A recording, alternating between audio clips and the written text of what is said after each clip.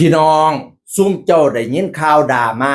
ผู้สาวกับผู้บ่าวจัดงานวันเกิดให้กันบ่ผู้สาวจัดวันเกิดให้ผู้บ่าวอยู่นำกัน2 คนพี่น้องเอ๋ย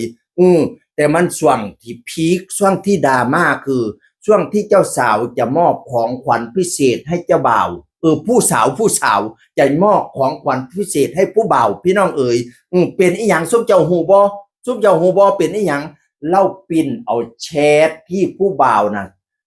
แชทข้อความไปหามือที่3แชทข้อความไปหาผู้สาวคนอื่นมาต่อไปคุยกับผู้สาวคนอื่นนะจะมาหลายแผ่นดิแล้วออกขอความที่ผู้บ่าวน่ะลักไปเว้ากับผู้สาวอื่นมามอบให้เป็นของขวัญวันเกิดพี่น้องเอ๋ยโอ้ยผู้บ่าวก็อึ้งละเนาะตอนแรกจักสิปากว่าจังไดพี่น้องเอ๋ยก็ทำทรงว่าสิงอทำทุ่งว่าสิกอดอยู่ผู้สาวก็บ่ให้กอด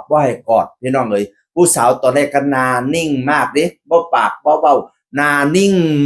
สุดๆพี่น้องเอ๋ยแล้วก็ทิ้งท้ายด้วยข้อความว่าจากนี้ไปเขาไม่อยู่แล้วนะว่าซั่นว่า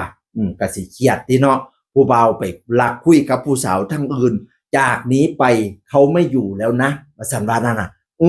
โอ้ยเป็นของขวัญที่เจ้าบ่าวจะต้องจำไปจนวันตุยพุ่นล่ะข้อยว่าเอ่ยนี่พี่น้องเอ่ยไปลักเสร็จกับผู้สาวผู้อื่นเนาะเขาไปจับได้บัดเนี่ยเขาก็ปิ้นมาเป็นของขวัญวันเกิดพี่น้องโอ้ยบัดนี้สิจัดกล้าจัดงานวันเกิดอีกบ่บุมันก็สิตาตึงอยู่ในหัวใจเราไปโดนเติบพี่น้องเอ่ย